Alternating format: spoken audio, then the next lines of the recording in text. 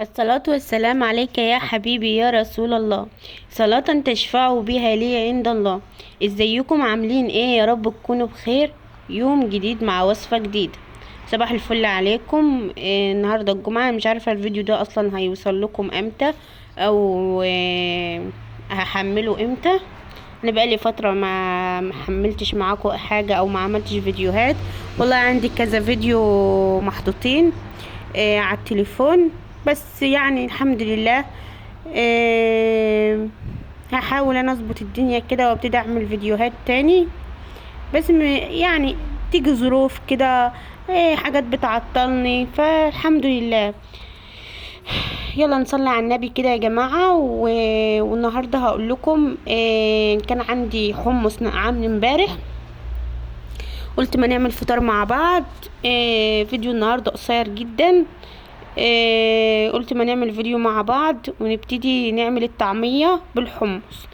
السوريين هنا في البلد اللي انا فيها بيعملوا طعمية بالحمص، ما بيعملوش طعمية بالفول، فبيبقى طعمها حلو جدا عن الفول. انا عملتها بالفول مرة وعملتها بالحمص النهاردة. لا، طعم مختلف تماما تماما تماما. آه، ممكن يكون في بعض البلاد الحمص غالي شوية، بس كأفضل، وبتبقى مفرغة من جوه، وبتبقى مقرمشة من بره، ومن جوه ما بتبقاش عجين، بتبقى مفرغة وفي نفس الوقت طعمها حلو. فالحمص حلو جدا في الطعمية. انا عملت ايه الخلطة ديت؟ عملت فيها ايه؟ نص كيلو حمص، على بصلية ناشفة واحدة، وربطة كزبرة، وحوالي 4 أو 5 فصوص توم. وحطيت ايه تاني مع بعضه؟ بتهيألي ما حطيتش حاجه اكتر من كده. بس الحمص كنت نقعاه على بيات، ليله على بيات. وابتديت ان انا افرم ده كله في الكبه، بس مش اكتر ولا اقل. بحاول ان انا ما اضيفش اي ميه.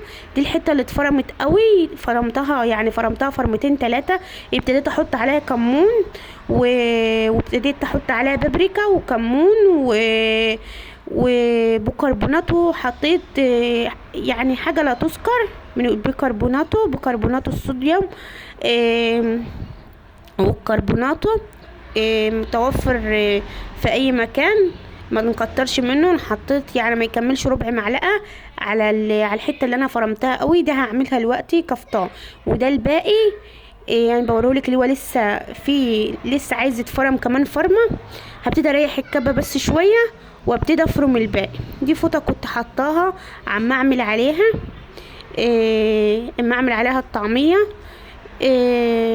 ابتديت بقى ان انا اقلبها. شوفي حتى وهي بتتقلب تحس ان هي مفرغه من جوه، جميله جدا. عايزه اقول لك جميله جدا ومظبوطه ما شاء الله.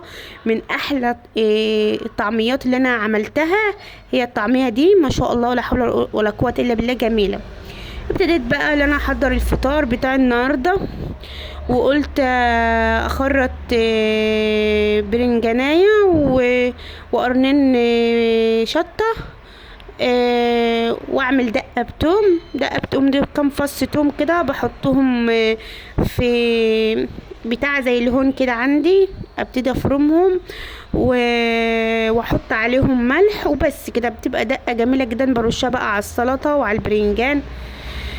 ابتديت بقى ان انا اخرط لا اله الا الله محمد رسول الله البرنجان، واحطه في ميه بملح وبس. هبتدي بقى احطه على النار. دي اول حاجه ابتديت اللي انا اعملها. وجهزت بقى حته الطعميه. في حاجه بقى مهمه للطعميه، انا حطيت الحمص وحطيت بصله وحطيت ربطه كزبره واحده، من كترش الخضره بتاعتها، وكم فص ثوم، وفرمت ده كله في الكبه. وبس على كده. لو انت عايزه ما فيش عندك حمص وعايزه فول، تمام. ما بحطش بقى على الطعميه اي حاجه الا لما اجي اسويها على النار. ابتدي احط فلافلها واحط ملحها واحط البيكربونات واحط حاجه لا تذكر منه. بس الفلافل ما تتحطش الا قبل السوا بتاع الطعميه، او قبل ما انت تقلي الطعميه ب5 دقايق، تمام. ابتديت ان انا ادق كام فص توم في البتاعه دي، بتشد كده بالخيط، زيها زي المطحنه او الحمد لله، او الهون اللي احنا بندقه في مصر، اللي كان عندنا في مصر. وده البرنجان اهو اتقلى وبقى تمام التمام. هبتدي بقى اقلي الطعميه واعمل سلطه وبس كده. كان عندي جبنه وكان عندي لا اله الا الله محمد رسول الله، وكان عندي شويه نواشف في التلاجة معاهم برضو حطيتهم، وطلعت عيش، وكان فطار جميل جدا ولذيذ. انا قلت ان انا اوريكي طريقه الطعميه. الطعميه ايه بتتكلم عن نفسها ما شاء الله، لا حول ولا قوه الا بالله العلي العظيم. طعميه جميله جدا. ودي الحته اللي باقيه ايه ما شاء الله تحفه. انا عارفه ان انا مقصره معاكم، وعارفه ان التصوير مش حلو زي ما كان في مصر، بس والله هجيب شاحن باذن الله. معلش يومين اللي فاتوا دول كنت بنقل، وكانت بصراحه نفسي مسدوده ان انا اصور او اعمل اي حاجه، فالحمد لله يعني. فانا قلت يعني فطار كده تشجيعي. طعميه حلوه جدا جدا وسهله وبسيطه، وعلى فكره مش مكلفه جدا اهي ما شاء الله. جميله جميله جميله. إيه ما تنسينيش باللايك، ما تنسينيش بالاشتراك، ما تنسينيش بكومنت حلو افتكرك بيه. انا قلت النهارده اعمل لك حاجه كده تحفيزيه. فطرنا بقى وخلصنا فطار ومسكت فرمت الطعميه الباقيه. إيه كده تمام يعني. كده على التخزين ابتديت ان انا اقسمها على كيسين، يعني نص كيلو بياخد 3 اكياس، كل كيس حوالي نص كيلو لوحده، فاهمني؟ لان هي بتزيد طبعا، لان الحمص لما اتنقع زاد، فاهمني؟ فابتديت بقى ان انا احط الكيسين، احط حته الطعميه اللي باقيه في كيسين كده، اوزعهم واحطهم في الفريزر. بصراحه انا ما بستغناش عنها، يعني كل ما بتخلص الطعميه بعملها تاني. ليه؟ يعني فكر للازمات، في ثواني بطلع من الفريزر واحطها شويه فك وبقليها مع سلطه مع معرفش ايه والولاد بيفطروا وبألف صحه وهنا من اللي اكل منها. والسلام عليكم ورحمه الله وبركاته. مع